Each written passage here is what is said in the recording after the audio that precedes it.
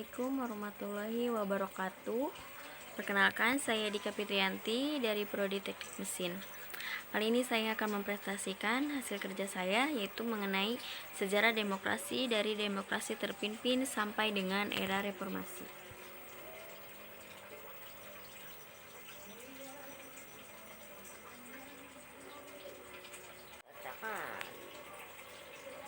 Demokrasi terpimpin pada tanggal 22 April 1959, Presiden Ir Soekarno memberikan amanat kepada konstituen tentang pokok-pokok demokrasi terpimpin. Ada 5 pokok demokrasi terpimpin, diantaranya yaitu demokrasi terpimpin bukanlah diktator, demokrasi terpimpin cocok dengan kepribadian dan dasar hidup bangsa Indonesia. Demokrasi terpimpin berarti demokrasi di segala persoalan kenegaraan dan kemasyarakatan, meliputi politik, sosial, dan ekonomi. Inti daripada pimpinan dalam demokrasi terpimpin adalah permusyawaratan yang dipimpin oleh hikmah kebijaksanaan. Pada demokrasi terpimpin, oposisi diharuskan dapat melahirkan pendapat yang sehat dan membangun. Kalau dilihat dari beberapa poin di atas, demokrasi terpimpin tidaklah bertentangan dengan Pancasila dan Undang-Undang Dasar 1945. Akan tetapi konsep-konsep tersebut tidak direalisasikan sebagaimana mestinya, sehingga demokrasi terpimpin seringkali menyimpan dari nilai-nilai Pancasila, Undang-Undang Dasar 1945, dan budaya bangsa. Sejarah demokrasi Indonesia. Ada 4 macam sistem demokrasi yang pernah diterapkan dalam kehidupan ketatanegaraan Indonesia. Di antaranya yaitu demokrasi parlementer atau liberal. Diberlakukan Undang-Undang Dasar 1945 adalah awal mulanya dipraktikannya demokrasi ini, namun demokrasi parlementer ini tidak berjalan dengan baik. Kehidupan politik dan pada pemerintahan pada masa itu tidak stabil. Akibatnya program-program yang dibuat pemerintah tidak bisa dijalankan dengan baik dan berkesinambungan. Akhirnya demokrasi ini berakhir secara yuridis pada 5 Juli 1959 bersamaan dengan pemberlakuan kembali Undang-Undang Dasar 1945. Demokrasi terpimpin. Pada tanggal 22 April 1959, Presiden Soekarno memberikan amanat kepada konstituante tentang pokok-pokok demokrasi terpimpin. Dan ada 5 pokok demokrasi. Di antaranya, demokrasi terpimpin cocok dengan kepribadian dan dasar hidup bangsa Indonesia.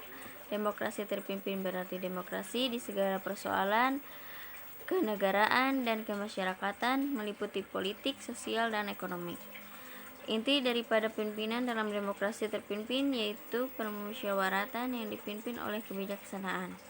Pada demokrasi terpimpin, oposisi diharuskan dapat melahirkan pendapat yang sehat dan membangun. Sehingga demokrasi terpimpin seringkali menyimpan dari nilai-nilai Pancasila, Undang-Undang 1945, dan budaya bangsa. Selanjutnya yaitu sejarah demokrasi terpimpin 1959 sampai 1965. Dalam Dekret 5 Juli 1959, Presiden Soekarno menegaskan berlakunya kembali Undang-Undang Dasar 1945, maka UUD 1945 berlaku kembali dan berakhirlah UUD 1950. Dekret tersebut adalah realisasi dari keinginan Soekarno untuk mengubah sistem demokrasi parlementer pada 27 Januari 1957 di Bandung. Dekret Presiden diterima oleh rakyat dan didukung oleh TNI, AD, serta dibenarkan oleh Mahkamah Agung. Presiden tidak bertanggung jawab kepada DPR. Kedudukan DPR dan Presiden berada di bawah MPR. Dekret Presiden memuat ketentuan pokok yang meliputi menetapkan pembubaran konstituante, menetapkan UUD 1945 berlaku kembali bagi segenap bangsa Indonesia. Selanjutnya yaitu pembentukan MPRS dan DVAS dalam waktu singkat. Sila keempat Pancasila telah ditafsirkan sebagai sistem demokrasi terpimpin. Kata terpimpin artinya dipimpin oleh seorang pemimpin atau panglima besar revolusi. Praktis sistem politik demokrasi terpimpin diwujudkan dalam implementasi kedudukan lembaga-lembaga negara yang justru bertentangan dengan UUD 1945. Presiden banyak menentukan yang bukan kewenangannya. Tetapi dalam bidang umum MPRS nomor 3 atau 1963, Soekarno diangkat menjadi presiden seumur hidup untuk kepentingan melanggengkan kedudukannya. Presiden mengusulkan prinsip Nasakom, nasionalis, agama, dan komunis. Kondisi tersebut pada akhirnya membawa pada situasi tahun 1965 yang merupakan anti klimaks kekuasaan demokrasi terpimpin. Demokrasi Pancasila masa Orde Lama.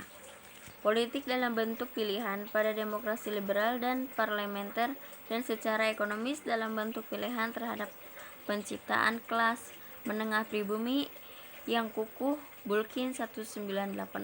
Obsesi dari pihak politik dan ekonomi semacam ini adalah terbentuknya sistem ekonomi kapitalis yang mampu menopang tegaknya masyarakat berdaya, civil society, pembangunan semesta yang dicanangkan Presiden Soekarno untuk mengubah perekonomian kolonial menjadi perekonomian nasional yang bercocok lebih sosialis, terbukti gagal total akibat tidak adanya dukungan struktur politik yang mapan dan demokratis.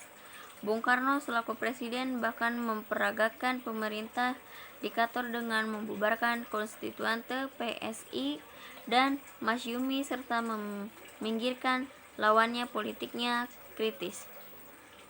Kekuasaan otoriter yang anti demokrasi pada masa Orde Lama itu akhirnya tumbang pada tahun 1965. Demokrasi Pancasila pada masa Orde Baru. Awal kebangkitan Orde Baru bercita-cita untuk menjalankan Pancasila dan Undang-Undang 1945 secara murni dan konsekuen atas dukungan mahasiswa, TNI, dan rakyat. Ketika itu Orde Baru menampilkan sistem politik baru dengan nama demokrasi konstitusional atau demokrasi Pancasila. Dikarenakan banyaknya kekurangan dari demokrasi terpimpin serta pecahnya peristiwa G3OS atau PKI, Soekarno pun akhirnya menyerahkan kekuasaannya kepada Soeharto. Soeharto waktu itu merupakan pengemban Supersemar Surat Perintah 11 Maret yang menjadi dasar pembasmian PKI di Indonesia. Masa pemerintahan Soekarno ini juga dikenal dengan masa Orde Baru. Perjalanan kurun waktu sampai dengan tahun 1970-an masih dalam koridor, dan era 1980 dan 1990-an proses pembangunan ekonomi menjadi panglima sehingga timbul kesenjangan dan banyak praktik KKN.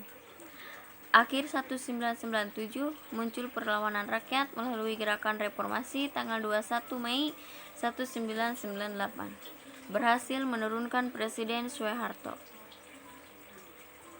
Selanjutnya yaitu demokrasi Pancasila pada era reformasi. Perbedaan demokrasi Pancasila pada era reformasi dengan era Orde Baru terletak pada aturan pelaksanaannya. Kita lihat pada peraturan perundang-undang dan praktik pelaksanaannya, kebanyakan perubahan itu terletak pada perbaikan kebijakan-kebijakan yang dirasa kurang sejalan dengan konsep demokrasi. Beberapa perubahan itu seperti 1. Pemilihan umum yang lebih demokrasi. 2. Lembaga demokrasi yang lebih berfungsi. 3. Mewujudkan kehidupan yang lebih demokrasi seperti halnya peraturan yang dijalankan serta hukum. 4. Memaknai demokrasi Pancasila sebagai nilai-nilai budaya politik yang memengaruhi sikap hidup politik penduduknya. 5. Partai-partai politik kini lebih dapat mandiri. Individualisme yaitu elemen terpenting dalam negara dan sistem yang demokratis. Selanjutnya yaitu demokrasi. Prinsip demokrasi ada 6, yaitu adanya kontrol atau kendali masyarakat terhadap keputusan pemerintah, adanya pemilihan yang jujur dan teliti, adanya hak memilih dan dipilih, adanya kebebasan berpikir dan menyatakan pendapat tanpa ancaman, adanya kebebasan mengakses informasi, adanya kebebasan berserikat yang terbuka. Manfaat demokrasi ada 5, yaitu kesetaraan sebagai warga negara, pluralisme dan kompromi, memenuhi kebutuhan-kebutuhan umum seperti kebijakan yang mencerminkan keinginan rakyatnya. 4. Menjamin hak-hak dasar. 5. Pembaruan kehidupan sosial. Mungkin sampai di sini yang saya bisa sampaikan. Mohon maaf bila ada kata. Wassalamualaikum warahmatullahi wabarakatuh.